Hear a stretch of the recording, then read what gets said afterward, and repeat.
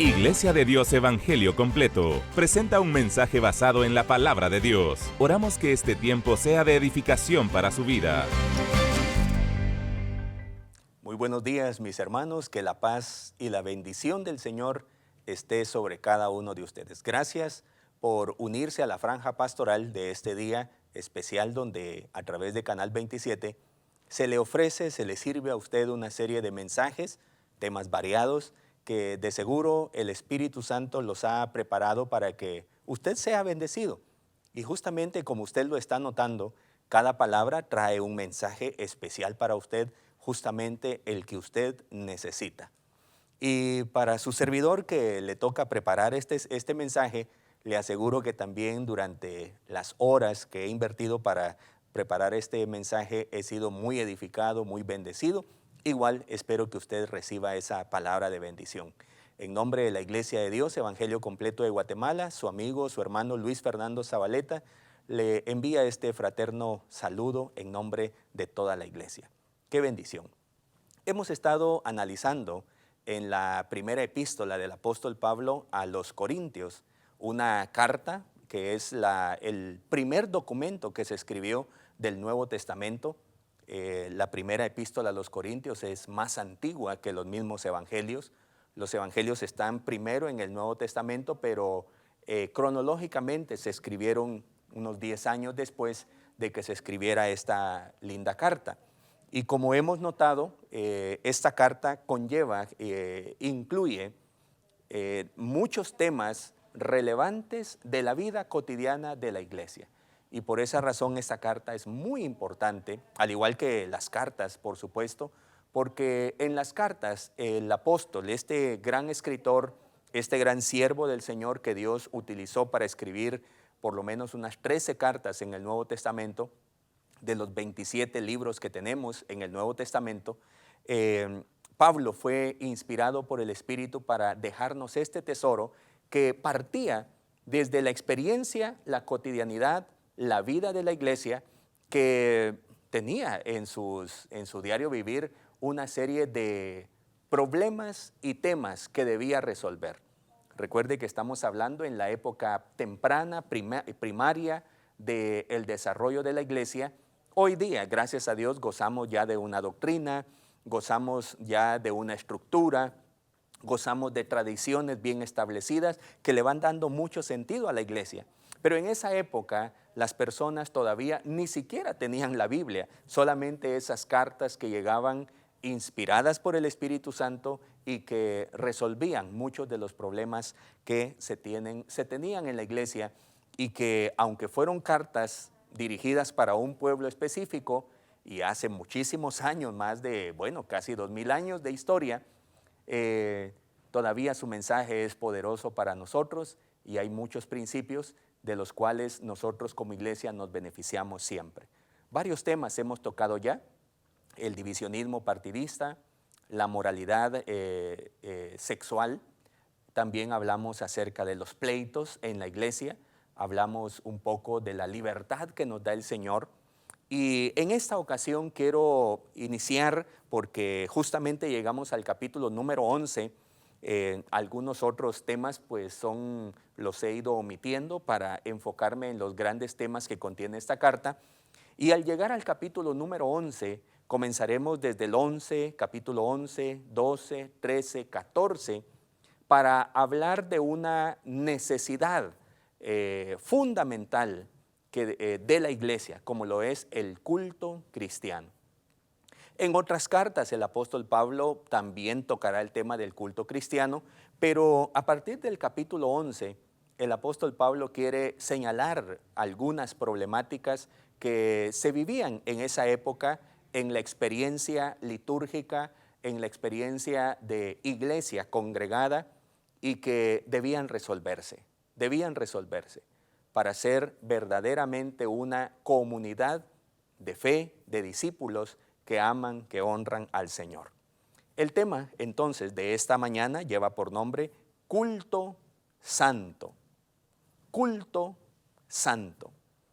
Lo que nosotros le ofrecemos al Señor en nuestra experiencia litúrgica, en nuestro culto, debe ser bajo los parámetros de la santidad. Recuerde que los primeros versículos que analizamos en la introducción de esta carta, en el primer sermón, versículo 2, versículo 3, el apóstol Pablo señalaba la naturaleza de la iglesia. La iglesia es de Dios, dice Pablo.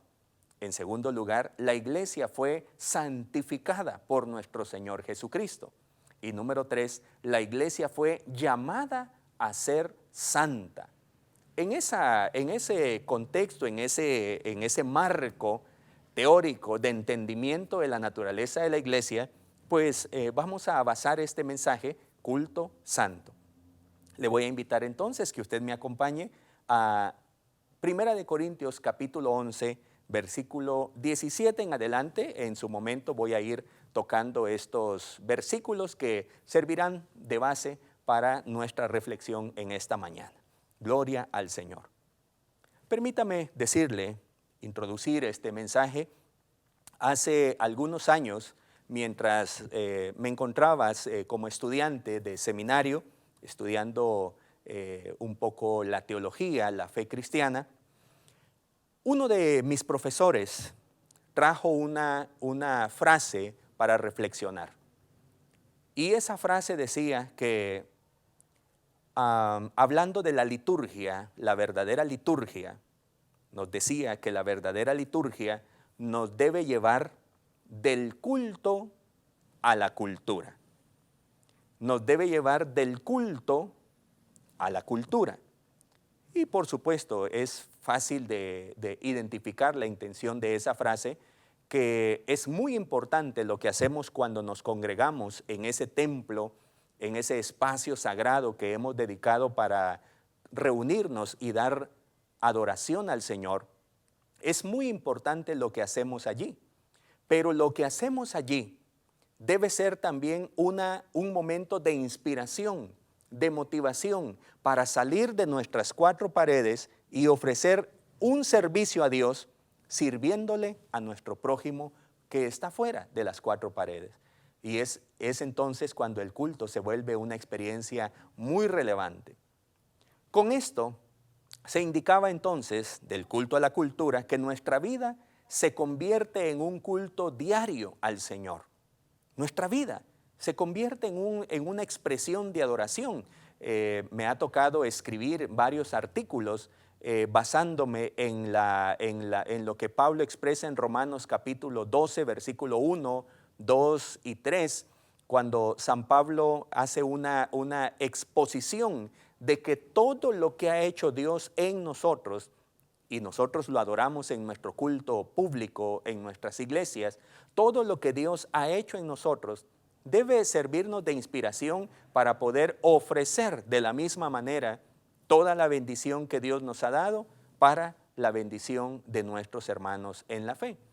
Así que en este mensaje, mis queridos hermanos, estaremos señalando de que cuando nuestra vida se convierte en un culto diario al Señor, este culto que inicia cuando nos congregamos, desde allí nosotros seremos motivados para servir a Dios fuera del templo. Así que sería una incoherencia que los que ofrecemos, por ejemplo, el día domingo, un culto al Señor, el resto de la semana nosotros no vivamos de acuerdo a eso que estuvimos celebrando y ofreciendo a Dios en nuestro culto privado, por ejemplo, de domingo. Toda nuestra vida debe ser una expresión de un culto racional a nuestro Dios. Los problemas que estamos analizando en esta carta vienen desde la perspectiva de la comunidad de Corinto. Trate usted, por favor, de imaginar, hay algo de imaginación que debemos ponerle cuando leemos el texto. Es un traslado a la época antigua donde procuramos entender por qué se dijo lo que se dijo. Y en este contexto de la comunidad de Corinto, y basado en el documento que estamos analizando, que es la primera epístola a los Corintios que escribió el apóstol Pablo, como en cualquier carta, tenemos solo una parte del diálogo. Note usted que esa es una característica de este sistema de comunicación. No, igualmente, cuando hablamos por teléfono y usted está escuchando que alguien habla por teléfono, usted solo escucha la mitad del diálogo. La otra parte de la conversación usted no la logra escuchar. Pero en la carta se van dando algunos pequeños detalles que nos dan idea de por dónde iba el relato, la conversación, el diálogo que Pablo tiene a través de esta carta con sus hermanos en la fe. En la carta, Pablo está escribiendo desde su corazón, porque eso tiene que ver con la expresión de una carta. No es lo mismo que cuando usted escribe, por ejemplo, si usted ha escrito algún cuento o usted ha escrito algún artículo, alguna tarea para posiblemente su clase, no es lo mismo a que usted escriba un documento que sale desde su corazón, donde usted tiene que exponer parte de su experiencia, su testimonio y por supuesto el conocimiento, en este caso, de la fe que usted profesa. Eso es lo que encontramos en la carta del apóstol Pablo en esta primera epístola a los Corintios. Pablo no estaba pensando que esa carta nos iba a servir a nosotros en este tiempo. Pablo no pensó que cuando escribiera esta carta, él no dijo, voy a escribirlo bien para que me entiendan mis hermanos en Guatemala y que ellos reciban también este mensaje. Él no estaba pensando en nosotros. Él estaba pensando en sus hermanos en Corinto. Los hermanos que estaban atravesando por problemas difíciles, de incomprensión de su fe, de su práctica. Por supuesto que quien ha inspirado al apóstol Pablo, allí cuando él se sentó a escribir esa carta, fue el Espíritu Santo. Y él hace posible que aquellos temas que son temporales, son para una época, son para un grupo de personas, hayan principios que nos sirvan a nosotros cuando lo leemos. Y entonces extraer esos principios es la clave de todo el ejercicio exegético, hermenéutico, cuando hacemos nuestras lecturas y queremos que esa lectura no venga en el envoltorio, por así decirlo, del contexto de Pablo, sino que extraigamos lo que hay adentro del envoltorio y nos sirva a nosotros ahora, aquí, en nuestro tiempo, de acuerdo a nuestras necesidades cotidianas que nosotros mismos estamos viviendo ahora. Muy bien. El capítulo 11, entonces, de Corintios, inicia un tema relevante, la calidad del culto que le ofrecemos al Señor. La calidad del culto que le ofrecemos al Señor. De eso quiere hablar el apóstol Pablo. Así que, a partir de este capítulo podremos observar varios elementos que contribuirán a conocer cómo celebrar un culto santo a Dios. A través de estas líneas observaremos una serie de principios. El culto que nosotros le ofrecemos a Dios es diferente al culto pagano. Usted que es conocedor de nuestra cultura linda, latinoamericana, en nuestro caso guatemalteca, usted sabe que en nuestro país tenemos muchas expresiones de culto. Algunos hermanos guatemaltecos que tienen sus formas de adorar, ya sea desde la espiritualidad maya o desde otros contextos, desde otras perspectivas o cosmovisión, sabemos nosotros que hay diferentes formas de expresar nuestra adoración, en ese caso, pues al ser que se esté adorando. Y nosotros los cristianos tenemos parámetros que nos deben distinguir, que lo que nosotros estamos haciendo cuando nos congregamos es algo que entendemos, es algo que para nosotros es muy importante. Es una expresión de nuestro amor, de nuestra gratitud hacia el Señor. Por lo tanto, nuestras celebraciones tienen que ser hechas con el rigor de la santidad, con ese entendimiento y esa expresión, esa actitud correcta para darle al Señor nuestro mejor tiempo de adoración.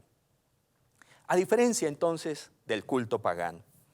Y cómo nosotros, en esta carta, cómo nosotros los que ofrecemos debemos reflejar también en nuestra apariencia que Para nosotros el culto es un acto, es un momento sagrado. Por favor, no es capricho de su pastor cuando le dice, hermano, cuando usted venga a la casa del Señor, prepárese, prepare su corazón, venga a tiempo, venga con la mejor actitud.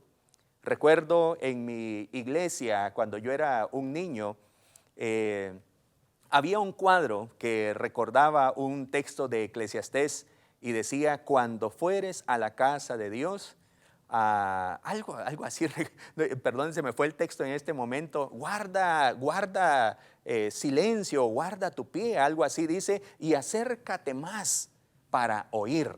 Tal vez usted recuerda mejor el texto que yo, pero nos traía a la memoria que cuando vamos a la casa del Señor hay que llevar la mejor actitud. Hay que estar dispuestos a acercarnos a Dios y escucharle.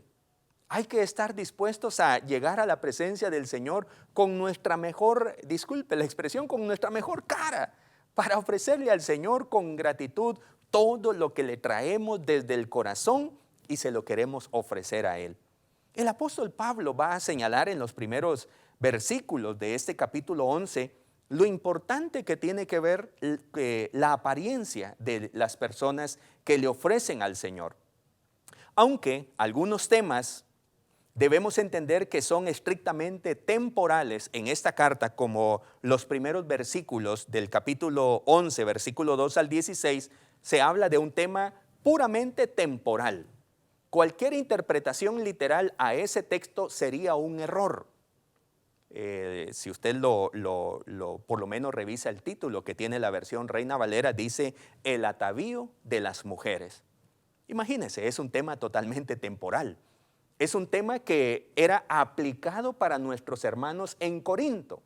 Pero hay principios, por supuesto, eso no lo vamos a negar porque ningún texto de la Escritura lo podemos menospreciar. Toda la Escritura es inspirada por Dios, dice San Pablo también.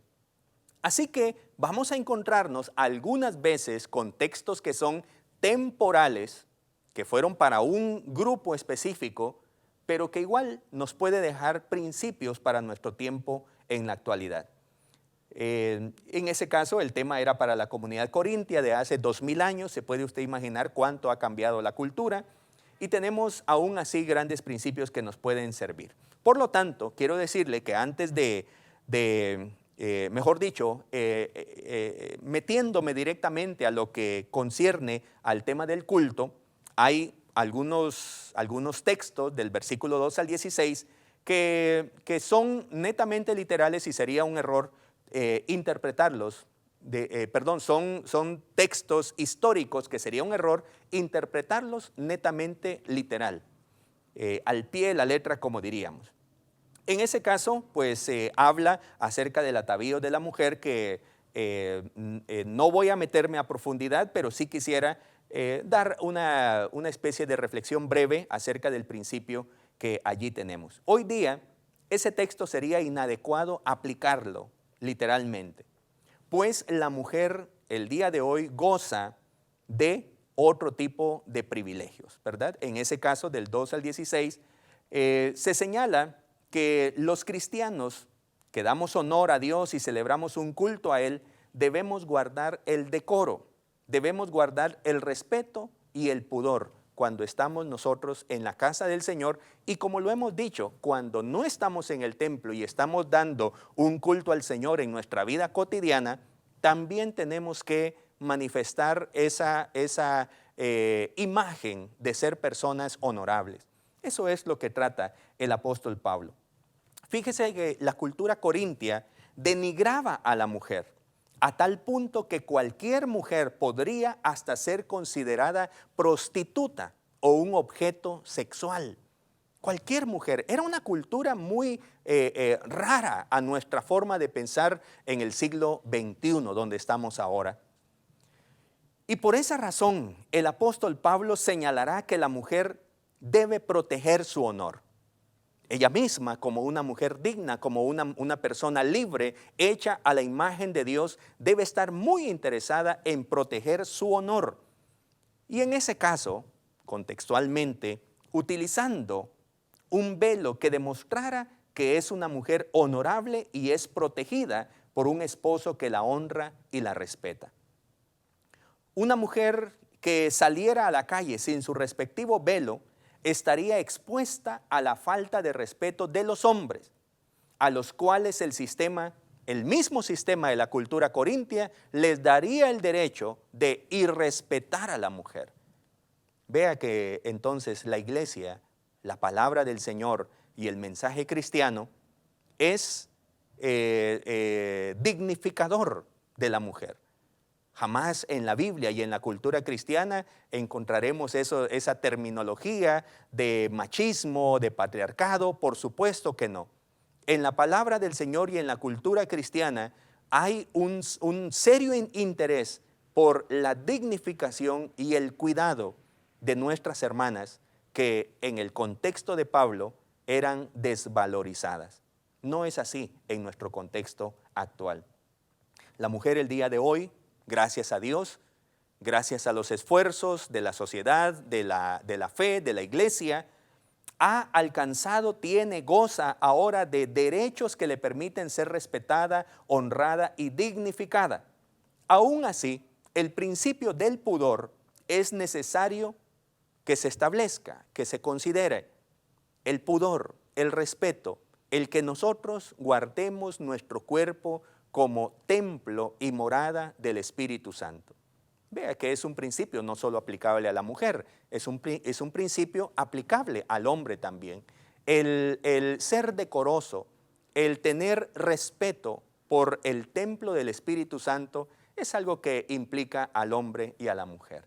Por tal razón, mis queridos hermanos, este principio tiene que ver no tanto con poner a la mujer en un plano de inferioridad, sino todo lo contrario, podría yo decir, asegurar el respeto y la dignidad de nuestras hermanas en la fe y que ahora el principio se aplica también a los hombres. Los hombres, cuando vamos a expresar nuestro culto, nuestra adoración al Señor, la mujer también, necesitamos hacerlo desde la mejor apariencia posible, ya que delante de quien estaremos es delante de nuestro Señor, delante de nuestro Salvador. Bendito sea el nombre del Señor. Ahora bien, si algo nos distingue a los miembros de la iglesia, es nuestra devoción a Dios. En un ambiente sagrado, le damos honor a Dios. Así que al participar del culto, al participar de nuestra reunión comunitaria, debemos sacar lo mejor de nosotros para ofrecer a Dios y a nuestro prójimo nuestra valoración por ellos. Aquí radica el problema que señala el apóstol Pablo en esta parte de la carta. Los hermanos de Corinto estaban abusando de la cena del Señor. Ese era el problema, que para el apóstol Pablo era gravísimo, gravísimo problema. Si el culto, que era nuestra expresión de nuestro amor por Dios y nuestro amor por los hermanos, estaba sirviendo para desarrollar una estructura de discriminación de clase social, el culto se estaba pervirtiendo. Y para el apóstol Pablo eso era muy grave. Siendo la cena del Señor, esta ceremonia, este acto sagrado, esta ordenanza, un momento cúltico de gran valor, un momento, como lo expresamos nosotros en la fe, sacro, sacramental, un sacramento, un acto sagrado en nuestra liturgia, siendo la cena del Señor, la comunión de los santos, la Santa Cena, como le llamemos a esa expresión de nuestra fe, a ese acto litúrgico, siendo esto muy sagrado, no podíamos practicarlo como quisiéramos o como cayera o como lo hacen los paganos. Para nosotros esta es una expresión muy sagrada. Y si esto es muy sagrado, ya usted por deducción note que si habían problemas en la cena del Señor, cuánto más en las otras reuniones cotidianas de la iglesia. No podíamos caer a un irrespeto en nuestra celebración cúltica. Así que Pablo debe enviar su corrección para celebrar en orden correcto esta linda ordenanza. Una ordenanza, quiero decirle que es una práctica sagrada cristiana que se cumple por mandato divino. Jesús la ordenó. Por eso se llama ordenanza. ¿Ordenanza de quién? Ordenanza de Jesús, nuestro Señor. De Él recibimos órdenes todos los que somos parte de la iglesia. Cuando nos referimos a la cena del Señor, nos referimos a una ordenanza dada por Jesucristo a su iglesia. No es opcional entonces para la iglesia. Pero para entenderla debemos analizar la doctrina bíblica que contiene esta práctica para que al practicarla tengamos la experiencia espiritual que se espera al celebrar la cena del Señor. Aprendamos entonces en las siguientes líneas, en la siguiente parte del mensaje, que el culto cristiano nos identifica. El culto cristiano nos identifica. Quiero dejarle esa verdad en su corazón. El culto cristiano nos identifica, mis hermanos. Veamos a continuación 3 identificaciones que nos permiten nuestras expresiones del culto al Señor. Primera identificación. Acompáñeme ahora sí al texto, por favor, sin más dilación en este mensaje. Capítulo 11, versículo 17. Primera identificación. Nos identifica con los hermanos. Mire, así de sencillo. Vaya conmigo al versículo 17. Pero al anunciaros esto que sigue, no os alabo, porque no os congregáis para lo mejor, sino para lo peor. Pues en primer lugar, cuando os reunís como iglesia, oigo que hay entre vosotros divisiones. Y en parte lo creo, porque es preciso que entre vosotros haya disensiones, para que se hagan manifiestos entre vosotros los que son aprobados. Cuando pues os reunís vosotros, esto no es comer la cena del Señor, porque al comer cada uno se adelanta a tomar su propia cena. Y uno tiene hambre y otro se embriaga. ¿Pues qué? ¿No tenéis casas en que comáis y bebáis? ¿O menospreciáis la iglesia de Dios y avergonzáis a los que no tienen nada? ¿Qué os diré? ¿Os alabaré? En esto no os alabo. Qué bonito. Mire cómo el apóstol Pablo se enfrenta a este problema.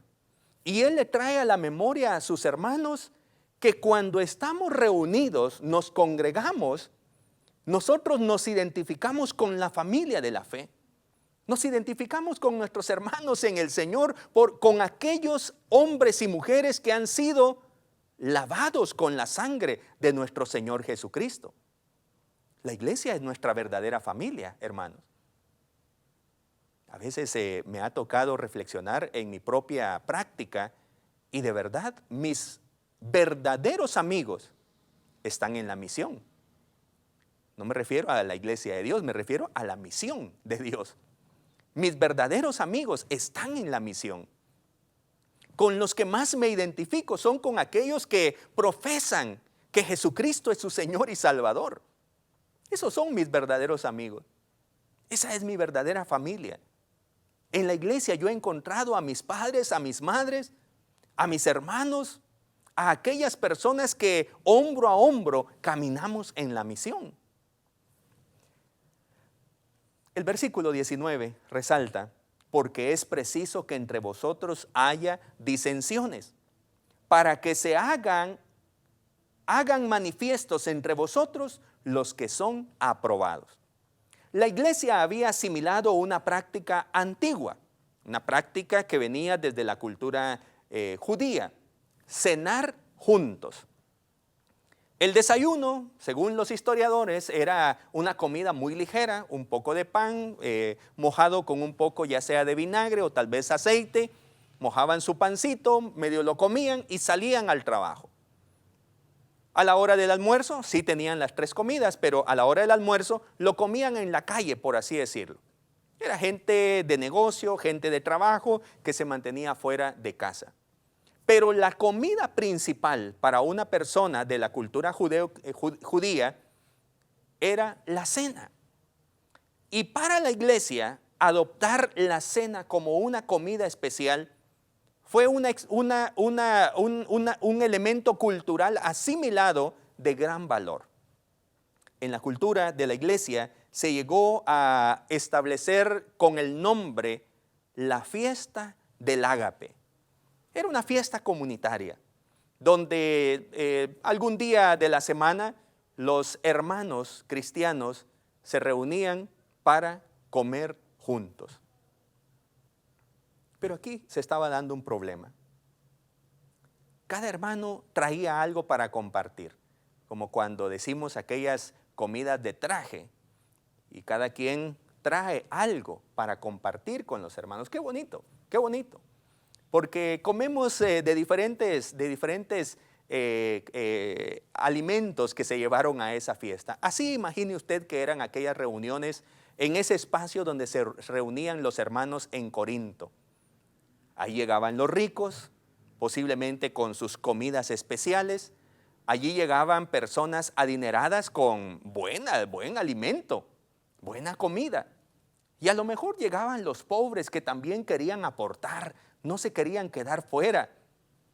Y tal vez alguien decía, yo traje tortillas calientes, o traje tamalitos, traje los frijolitos. Pero los ricos llevaban comidas especiales.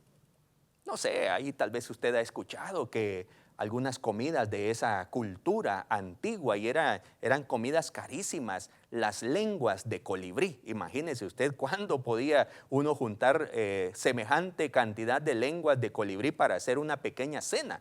Imagínese usted, comidas carísimas. Y los ricos, para no compartir con sus hermanos pobres, se apresuraban a comerse toda su comida que llevaban. No les interesaban los tamalitos de los pobres, no les interesaban el chirmolito que llevaran los pobres, los frijolitos de los pobres, las tortillas de los pobres. Ellos querían comer lo que llevaban. Y el apóstol Pablo señala que hasta se embriagaban primero en el culto. Imagínese usted, habían traído su cultura de ser hasta glotones para comer y comer como el centro de su placer. Lo habían introducido a la iglesia y estaban desordenando una de las prácticas más hermosas de la iglesia: la comunidad, la comunión, el estar juntos y compartir. El apóstol Pablo está asombrado una vez más con este problema, que en vez de tener humildad aquellos que eran ricos y que sí tenían posesiones, en vez de tener humildad y compartir con su hermano, y en el culto donde no hay distinción de clases, hermanos, en el culto donde todos somos iguales y adoramos al mismo Dios, en el culto donde no hay sillas especiales reservadas para los que aportan más. No sé cómo sea la práctica en su congregación. A lo mejor usted es una persona que aporta mucho para su congregación y usted quisiera tener una silla especial donde nadie se siente. Eso no es parte del culto. En el culto todos somos iguales. No importa cuánto dé usted para su congregación. No importa si usted es el que da más. Usted hágase un baño de humildad cada vez que va a congregarse con sus hermanos y siéntase parte de la familia. Usted siéntase dichoso porque tal vez pertenece a los ricos de su congregación. Siéntase dichoso, pero usted sea humilde como todos los demás, donde el único que merece toda exaltación es nuestro Señor Jesucristo. Hoy día necesitamos revisar nuestras participaciones en nuestro culto. Por ejemplo, cuando participamos en la cena del Señor, algunos hermanos o hermanas intencionalmente resisten a participar en la cena del Señor, indicando que no se encuentran en condición espiritual para poder hacerlo. Algunas personas hasta llega el momento de la cena del Señor y cuando ya estamos por participar, se levantan de su silla y se van posiblemente a la parte de atrás. En un acto que expresa, yo no quiero participar de la cena del Señor. Yo no quiero participar junto con mis hermanos. Pablo dice, es necesario que se den a conocer los que no pertenecen a nuestra comunidad. Aquellos que siempre quieren estar haciendo de menos a sus hermanos, esos no pertenecen a la comunidad, dice el apóstol Pablo, versículo 19. Es necesario que hayan disensiones para que nos demos cuenta, para que queden manifiestos entre vosotros los que no son aprobados.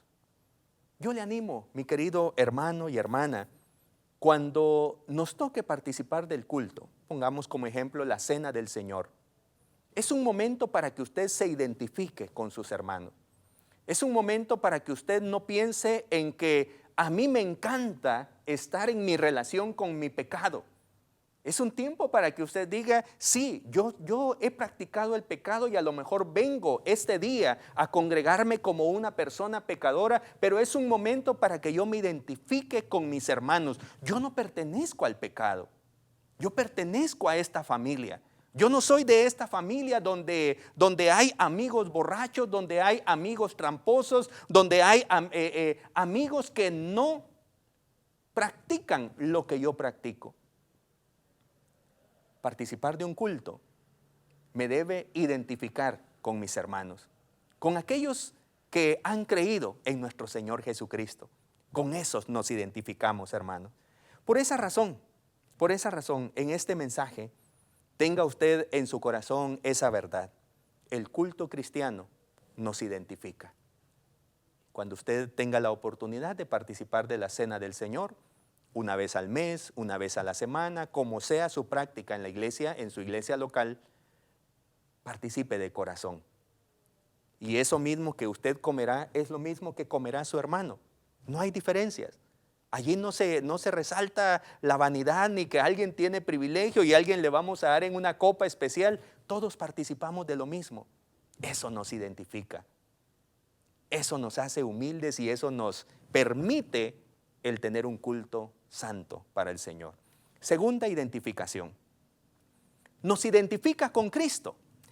Mire qué bonito esto. Versículo 26. Voy a leer el 26.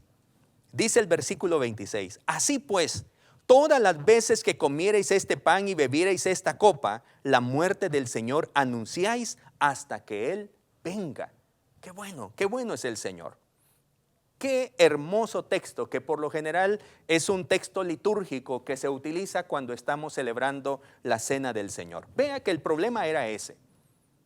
El culto se celebraba y en el culto, los días domingos, había una práctica. Las fiestas de ágape, los ágapes. Allí había comida, se llevaba comida, todos aportaban algo. Y el problema estaba en que algunos se comían su comida y no la compartían. Y también era un momento para conmemorar que Jesucristo había muerto por nuestros pecados. Y allí todos estábamos en la misma condición.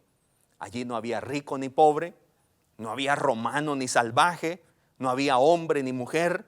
Allí todos estábamos en una igualdad.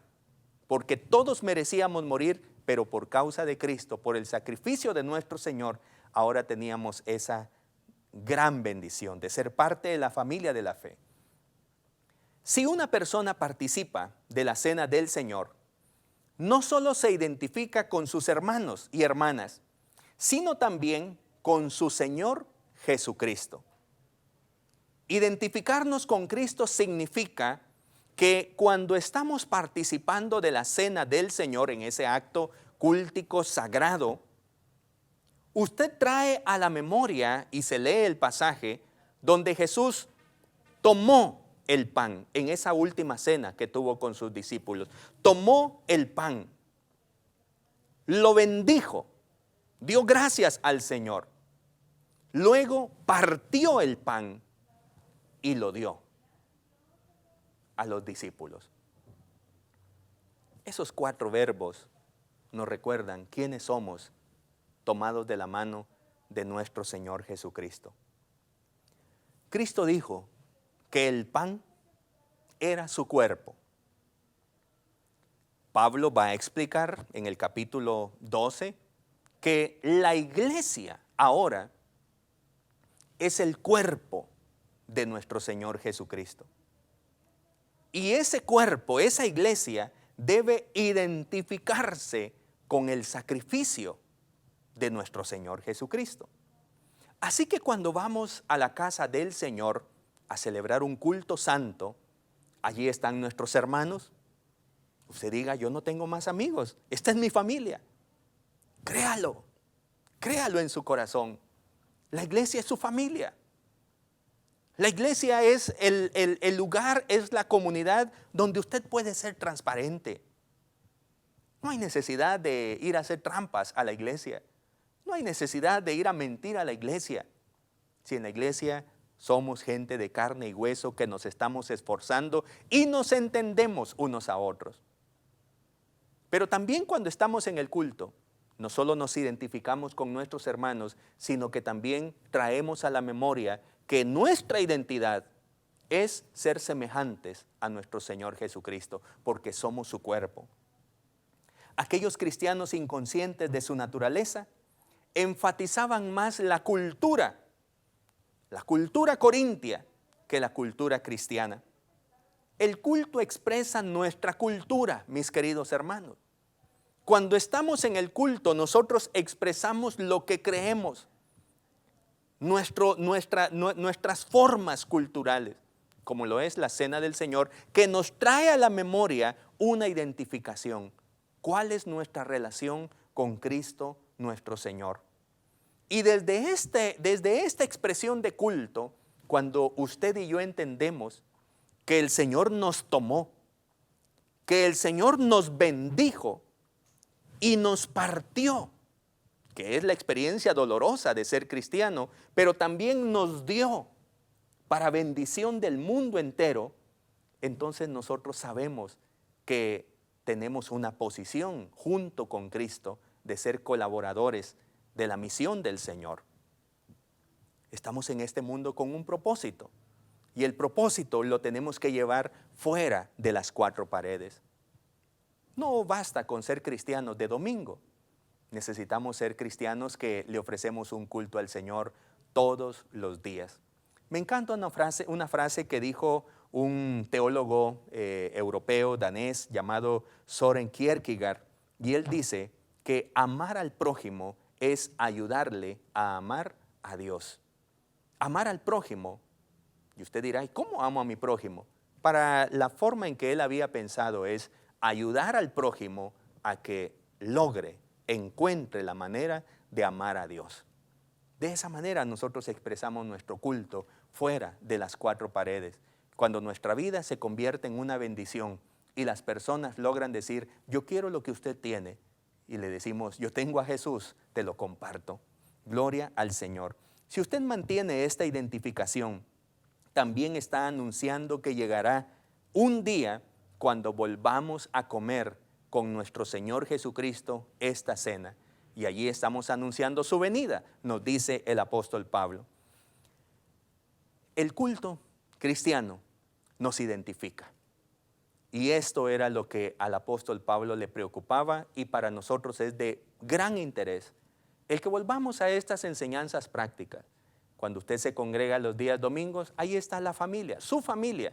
Ahí están sus hermanos con los que usted puede confiar.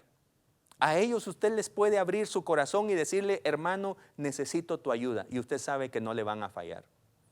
Y luego, cuando estamos en el culto, nos identificamos con nuestro Señor Jesucristo. Usted sabe que tiene propósito el unirse a Cristo a la misión.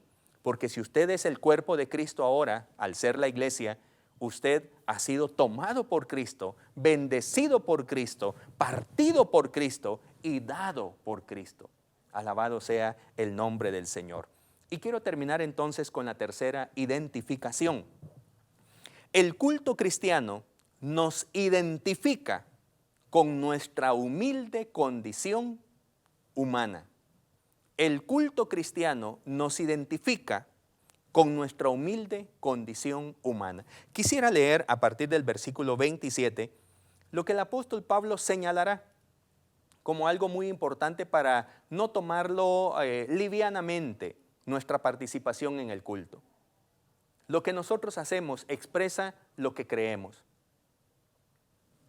Dice, versículo 27, de manera que cualquiera que comiere este pan o bebiere esta copa del Señor indignamente, será culpado del cuerpo y de la sangre del Señor. Por tanto, pruébese cada uno a sí mismo y coma así del pan y beba de la copa, porque el que come y bebe indignamente, sin discernir el cuerpo del Señor, juicio come y bebe para sí. Por lo cual hay muchos enfermos y debilitados entre vosotros, y muchos duermen. Si pues nos examinásemos a nosotros mismos, no seríamos juzgados. Mas siendo juzgados, somos castigados por el Señor, para que no seamos condenados con el mundo. Así que, hermanos míos, cuando os reunís a comer, esperaos unos a otros. Si alguno tuviere hambre, coma en su casa, para que no os reunáis para juicio. Las demás cosas las pondré en orden cuando yo fuere. Qué bonita afirmación que hace el apóstol Pablo en este cierre de estas correcciones que él está dando. Cuando participamos del culto, ya dije, nos identificamos con nuestros hermanos, nos identificamos con Cristo, pero también hay una tercera identificación y es identificarnos con nuestra humilde condición humana. Cuando vamos al culto, queridos hermanos, y es la mejor condición en la que podemos llegar, tenemos que llegar como persona, sentir que no merecemos lo que vamos a recibir cuando estamos en el culto. La verdad no lo merecemos, hermanos. Todo lo que allí nosotros vamos a recibir se debe a la misericordia del Señor y se debe a la gracia del Señor.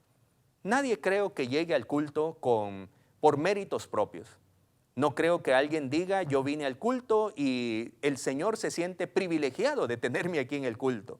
Qué honor para el Señor que yo venga a su casa. Nadie piensa así. Por lo menos un cristiano sano en teología, en fe, no va a estar pensando de esa manera.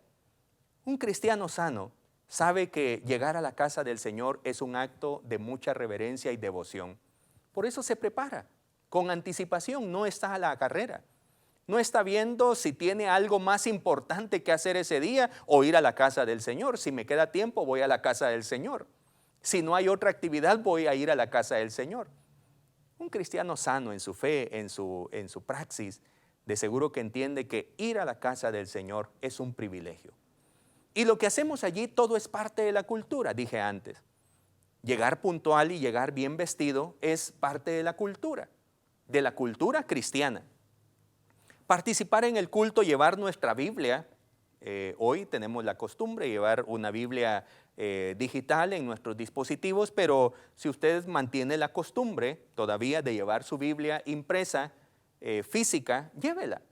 Es un bonito acto con el que usted está proclamando y ¿qué es ese libro? Es mi Biblia. ¿Y por qué? Porque voy para el culto. Es muy lindo dar ese testimonio de que nosotros vamos a la casa del Señor con esa devoción. En el culto hacemos muchas cosas. Leemos el texto, cantamos al Señor. Mire, también damos nuestras ofrendas económicas, damos dinero para el sostenimiento del ministerio. Mientras estemos en esta tierra se va a necesitar dinero, la iglesia necesita dinero, la iglesia necesita pagar cuentas. Eso es lógico, no se necesita tener mucho sentido común para saberlo. Y nosotros, entre todos, la iglesia, nos sentimos afortunados de poder contribuir para que esa iglesia siga teniendo sus puertas abiertas y que sea un lugar de refugio para aquellos que no conocen a Jesucristo. En el culto escuchamos la palabra del Señor, en el culto escuchamos testimonios, en el culto somos inspirados por una ministración, por una oración que nos dice, hoy aprendiste una lección, Ve y haz eso que hoy aprendiste en tu cotidianidad, en tu diario vivir. Qué bueno es el Señor. Pero vea, el apóstol Pablo nos hace un llamado acá, que nosotros consideremos nuestra condición. Si el culto no cambia nuestra vida, posiblemente nos haga peores personas. Si el culto no cambia nuestra vida, el culto nos hará peores personas. Eso es lo que estaba sucediendo en esta iglesia en Corinto. El culto es el mejor espacio para cambiar y ser mejores personas.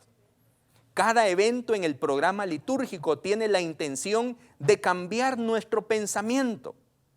Esto mismo se aplica al participar de la cena del Señor. Es un buen momento para que pongamos a cuentas nuestra vida con Cristo. Es un momento para arrepentirnos de nuestros pecados y recordar quiénes somos en Cristo. Nuevas criaturas. El cristiano pecador puede arrepentirse al participar de Cristo y de sus hermanos. Leía recientemente la experiencia de una humilde hermana que tenía problemas a la hora de participar de la cena del Señor, tenía muchas dudas, se sentía muy pecadora. Y cuando el pastor la vio en su indecisión, participo o no lo hago, sencillamente el pastor le da una palmadita en su espalda y le dice: participa, hermana, la cena del Señor es para los pecadores. No estoy diciendo de una persona que se complace en el pecado. Estoy diciendo que venimos a la casa del Señor y el Espíritu Santo nos desnuda y nos hace sentir que no llegamos en la mejor condición para presentarnos delante de nuestro Señor. Pero aún así, los brazos de nuestro Señor están abiertos para recibirnos, para limpiarnos, para besarnos, para abrazarnos como sus hijos y para darnos la oportunidad de empezar de nuevo, de limpiar nuestras ropas sucias por causa del pecado y acercarnos a Él con devoción, con esa actitud de arrepentimiento. Tal vez hemos reducido la palabra arrepentirse con aquellas personas que están en la práctica del pecado, pero quiero decirle que el arrepentimiento es una actitud permanente en aquellos que han entendido que no estamos por méritos personales, sino por la gracia de nuestro Señor Jesucristo. Mis queridos hermanos, en este mensaje les he hablado un problema que en la iglesia de Corinto se estaba llevando a cabo, grave problema, el cual el apóstol Pablo le dedicará capítulo 11, capítulo 12, capítulo 13, capítulo 14, 4 capítulos, para hablar, para aclarar semejante problema. El culto lo estaban practicando como los paganos. En el culto no había santidad, en el culto no había respeto. Por esa razón el apóstol Pablo señala que hombres y mujeres deben tener la mejor apariencia porque ellos ahora son hijos de Dios. Y el apóstol Pablo señalará que cuando estamos en el culto hay una práctica bonita, nuestro ágape, nuestra reunión de comunión. Y ese momento nos permite a usted y a mí identificarnos. ¿Con quién? Con nuestros hermanos. Aquí están mis hermanos. Nos permite identificarnos con nuestro Señor Jesucristo y nos permite identificarnos con nuestra condición débil, humana, que por lo general llegamos a la casa del Señor con muchas culpas en nuestra vida. Pero que eso no sea impedimento, querido hermano, para que usted se aleje. Y también con esa conciencia usted puede llegar a la casa del Señor con humildad. Porque allí no hay nadie que pueda estar de pie delante del Señor, vengo digno. Por lo general llegamos con la cabeza agachada y decimos, vengo arrepentido. Y su hermano que está a la par suya, tal vez no tiene la misma condición económica que usted, pero su hermano que está a la par suya también fue lavado, también fue comprado con la sangre de nuestro Señor Jesucristo. Nos identificamos unos a otros. Y entonces el culto se convierte en una experiencia renovadora. En el culto cristiano se sabe quién es quién, mis queridos hermanos. pero también sabemos quiénes somos nosotros. Vaya al culto y participe con todo su corazón. No caiga en la trampa de los que dicen, yo no necesito congregarme. Claro, todos necesitamos congregarnos. Hay misterio. No le puedo explicar a profundidad porque hay cosas que no entiendo. ¿Cuál es el misterio del culto? Pero en el culto está Dios. En el culto están nuestros hermanos. En el culto somos transformados, mis queridos hermanos. Con todo mi corazón quiero rogar al Señor para que su vida, su experiencia de culto, sea una experiencia totalmente transformadora. Que cuando usted vaya a la casa del Señor, prepare a toda su familia, prepare con mucho entusiasmo, con mucha expectativa, y como dice el Salmo 100, entren por sus puertas con acción de gracias, alabando al Señor. Y entonces usted notará la renovación que experimentará en su propia vida. Que Dios le bendiga a usted y a su familia, mi querido hermano. Con todo mi corazón espero poder saludarle una vez más el próximo domingo. Hasta pronto. Esperamos que este espacio de enseñanza bíblica haya sido de bendición a su crecimiento espiritual. Este programa es una producción de Canal 27. Predicamos la verdad.